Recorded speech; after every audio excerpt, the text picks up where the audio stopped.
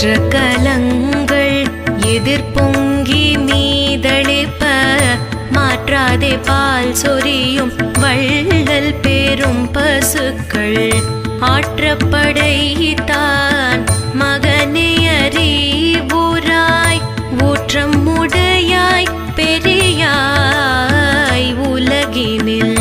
தோற்றமாய் நின்ற